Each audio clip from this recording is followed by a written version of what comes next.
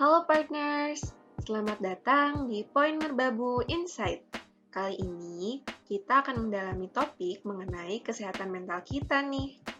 Sebenarnya, kesehatan mental itu suatu hal yang sangat luas dan banyak sekali definisinya.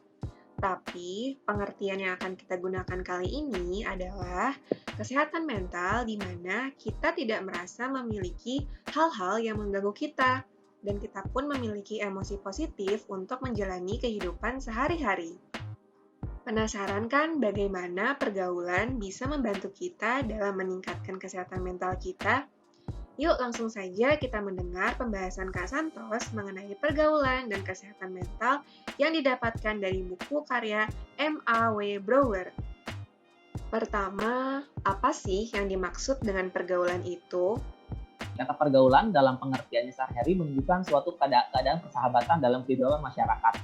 Jadi di bukunya yang pergaulan itu banyak dibahas sebenarnya proses pergaulan itu semenjak individu bayi kontak dengan ibunya. Nah itu juga yang menarik gitu. Jadi kalau kita bicara tentang pergaulan itu pasti dimulai dari pergaulan pertama kita adalah sebenarnya dengan ibu gitu. Ternyata bergaul bukan hanya masalah pertemanan, tapi juga interaksi kita yang sudah dimulai ketika kita lahir.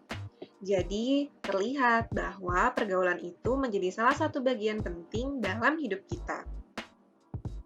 Lalu, mengapa pergaulan bisa mempengaruhi kesehatan mental kita? Kunci kesehatan mental adalah berangkat dari pergaulan. Kenapa? Karena permasalahan dalam kesehatan mental seringkali berawal dari pergaulan, seringkali berawal dari permasalahan seperti tadi. Gitu.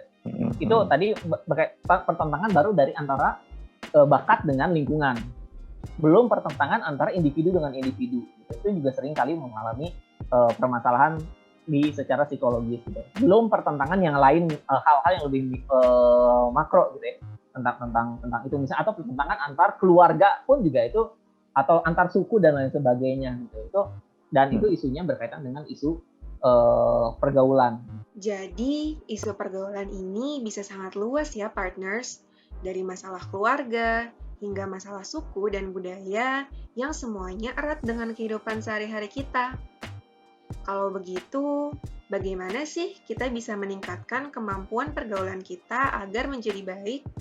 Kalau kita kita balik lagi ke kondisi misalnya, intinya apa yang bisa dipersiapkan, diantisipasi ya gitu, atau peran apa yang bisa kita jalankan dan sebagainya.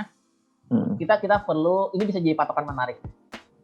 Di WHO, di tulisannya, artikelnya yang ada di WHO, ada statement kayak gini: if you are in a good mental health, gitu ya, jadi kondisi mental yang bagus, you can, nah ini indikatornya kan, kamu bisa, satu, make the most of your potential. Kita optimal lah ya gitu ya, kita bisa mengoptimalkan potensi yang kita punya. Itu satu, berarti kita in a good mental health. Kemudian dua, cope with life.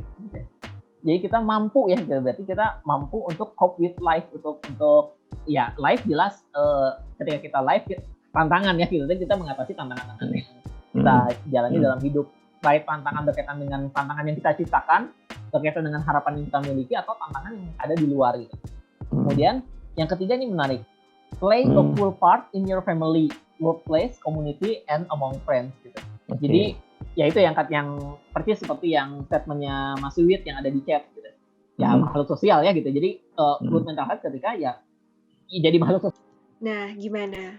Apakah video ini bermanfaat buat partners? Kalau partners masih penasaran dengan materi kesehatan mental dan pergaulan, partners dapat menonton video Poin Merbabu edisi 16, Pergaulan, Kunci Kesejahteraan Jiwa. Yuk subscribe channel YouTube kami dan like video ini. Partners juga dapat mengunjungi media sosial dan website kami untuk konten pengembangan diri, serta informasi mengenai program-program kami. Terima kasih telah menonton video ini. Nantikan video Poin Merbabu Insight Series selanjutnya.